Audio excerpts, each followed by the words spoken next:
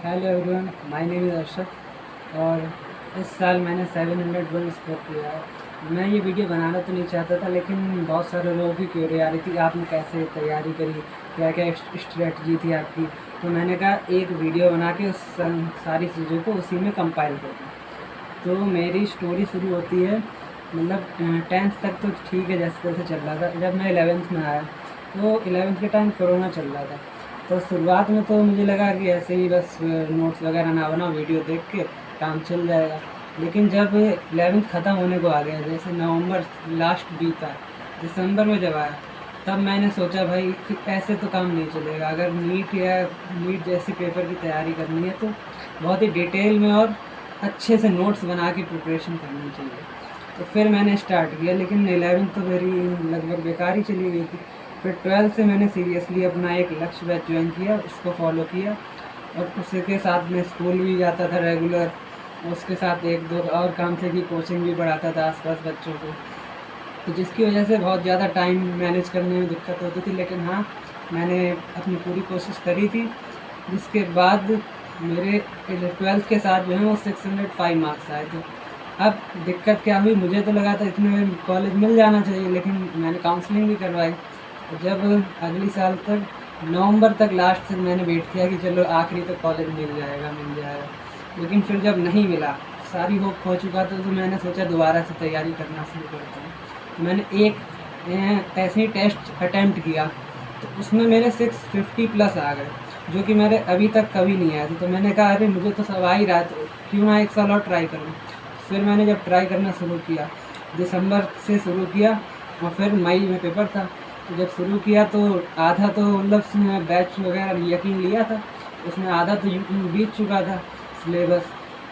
तो मैंने बस रिकॉर्डेड कुछ लेक्चर देखे और जो नोट्स मैंने पिछले साल बनाए थे इन लेक्चर बैच से, उन्हीं नोट्स को रिवाइज करके टेस्ट दिए।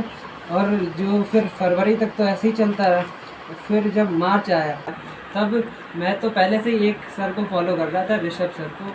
मैं ये नहीं कहूँगा कि आप उन्हीं को फॉलो करें, लेकिन मैं ये ज़रूर कहूँगा कि आप जिस भी टीचर को फॉलो कर रहे थे, उन पे आपको 100% भरोसा होना चाहिए कि चाहे वो सही बात कहें या गलत, वो अगर टीचर हैं तो आपके लिए अच्छा ही सोचेंगे।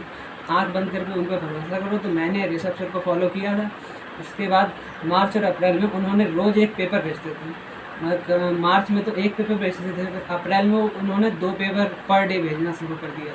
मैंने उन सारी पेपर को सीरियसली फॉलो किया और अच्छे से अटैम्प्ट करता था।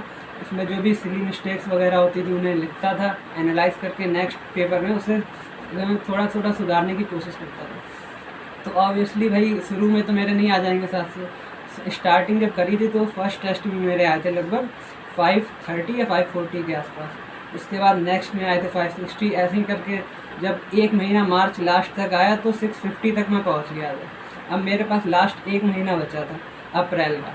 वहाँ पर फिर उसके अलावा मैं मतलब और भी जगह टेस्ट सीरीज़ थी, वहाँ पर भी ज्वाइन कर रखा था, उसको देता था और पीवाई को सॉल्व करने लगा था। तो अब जो था ज़्यादा चीज़ें मेरे आंखों से मतलब गुजर चुकी थी, तो इतनी ज़्यादा सिली मिस्टेक्स कम हो गई थी। तो अब मेरा स्कोर धीरे धीरे 670 680 तक रीच होने लगा। और जब लास्ट का अप्रैल मंथ ख़त्म होने वाला था, 20 अप्रैल के बाद, मेरा किसी किसी मतलब पेपर में 690 प्लस भी चला जाता था, 700 तक भी टच करता था। उसके बाद जो लास्ट तक था, फिर मई के कुछ दिन थे, वहाँ पर सबसे ज़्यादा इम्पॉर्टेंट होता है अपने आप को कंट्रोल करना, अपने नर्व्स को कंट्रोल करना, क्योंकि वहाँ पर आपको जितना पड़ा है उसको कंपाइल करके बस रिलैक्स होना होता है। वहाँ पर आपको मेडिटेशन और बस अपने आप को कूल रखने के लिए बहुत सारी चीज़ें करनी होती हैं। तो वहाँ पर ज़्यादा आपको टेस्ट नए नहीं लगाने होते, ना कुछ नया पढ़ना होता है, बस जो आता है उसको अच्छे से रिवाइज़ करो और फ्रेश माइंड से अपने पेपर को अटेम्प्ट करने के लिए तैयार हो। तो बस उसी तरीके से मेरे को तो ये सब ऋषभ सर ने बताया था। और उनकी एक और स्ट्रेटजी मैं बताना चाहूँगा कि जिस दिन मेरा नीट का एग्ज़ाम था, मेरा यहाँ से सेंटर लगभग 150 किलोमीटर था, 3 घंटे से मुझे ट्रेन से जाना होता था। तो मैं सुबह ही निकल गया था। अब अच्छा हुआ कि मैं जिस ट्रेन में मैं जा रहा था वहाँ भीड़ कम थी। तो मैं जब ट्रेन में बैठा तो वहाँ पे मैंने एक पेपर, जैसे सर ने कहा था कि उसका फिजिक्स और केमिस्ट्री वाला पोर्शन सॉल्व करके जाना, तो मैंने ऐसा ही बिल्कुल करा था।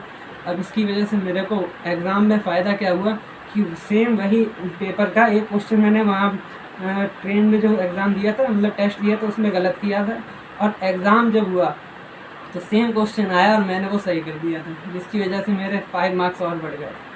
तो बस मैं यही कहूँगा कि अगर आप किसी को फॉलो नहीं किए हैं तो आप विश्वक को बिल्कुल फॉलो कर सकते हैं। Thank you.